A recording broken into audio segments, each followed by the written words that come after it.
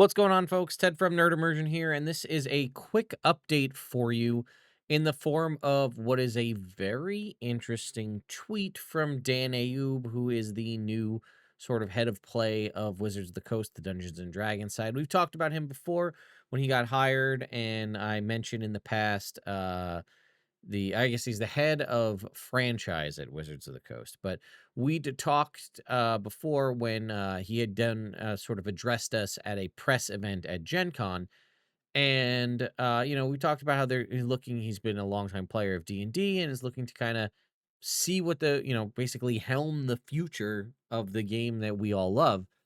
And there's a picture that he posted, which was, when was this? Yesterday. Seems pretty promising to me. Let's go ahead and take a look at it. So, it says, when I took over D&D, I had some very specific folks I wanted to bring back to the table. Today, I had the honor of welcoming these folks back home. Amazing things ahead. Joe Manganiello, Margaret Weiss, and Tracy Hickman. So, again, if you're unaware, right, Joe Manganiello, as his shirt here is showcasing, is a self-proclaimed huge fan of the Dragonlance series, like so many people are. But he's also pictured here with the two creators of Dragonlance, Margaret Weiss and Tracy Hickman. So, what does this mean? Because if you're unfamiliar, right, Dragonlance is been around for a long time, dozens of books, very popular series. A lot of people, from what I hear, and again, I don't have the personal connection, sorry, to Dragonlance that a lot of other folks have, but I hear a lot of folks, it was their first kind of intro into fantasy and things like that. I do have the books and I would like to read them. So maybe I'll do some content around that in the next little bit here, especially given this picture. But um, it was Dragonlance, sort of the book that came out for 5e, kind of really came out with no fanfare. It just sort of kind of came out. It had the board game attached to it, if you remember that. Um, and like it even had like a new subclass and stuff in it, but it just kind of, I feel like it came out in like a weird time period where it didn't really get any promo. There wasn't any like coverage of the game in a lot of ways. It just kind of came out. And for those of you who have been following the news for a while, Joe Manganiello was in talks to do a Dragonlance, I think it was a TV series. I don't know if it was ever discussed what that meant. Was that an animated TV series? Was that live action? Or, or some form of or maybe it was a movie. I think it was a TV series is what was originally stated.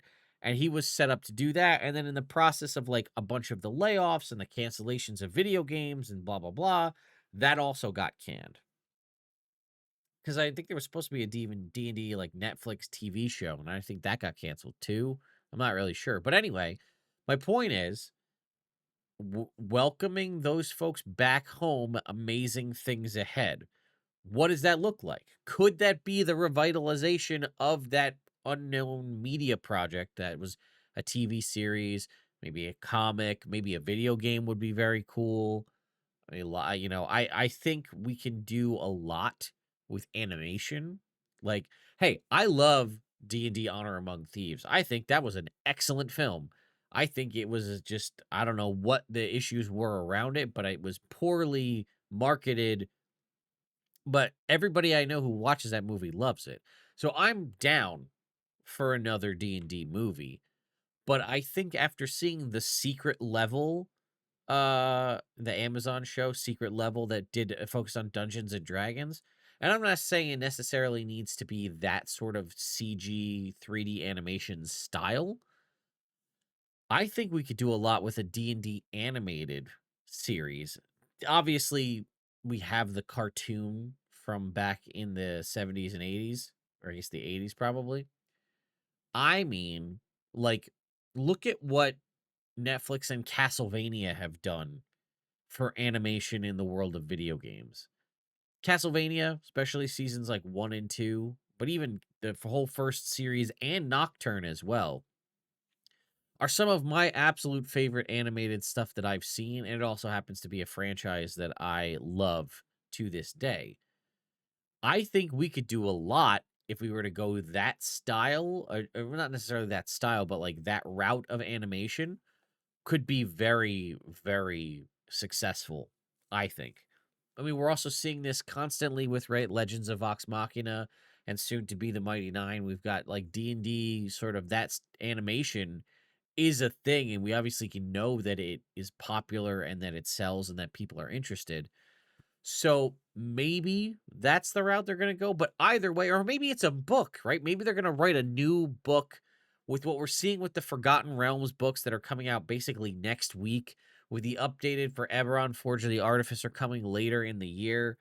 We're seeing return to content with like extra like effort put into it. So maybe I mean, who knows? It could be another novel. I don't know, but I'm very excited to see this because it seems like we're attempting to get back into the game, get back into what the fans want, and sort of revitalize Dungeons and Dragons as a brand. Now, again, we've obviously gone through the 2024 update, but as you know, and as we've kind of seen, I think to some degree with the Unearthed Arcana, right? Like, we're seeing a bunch of new stuff, unprecedented stuff recently, right?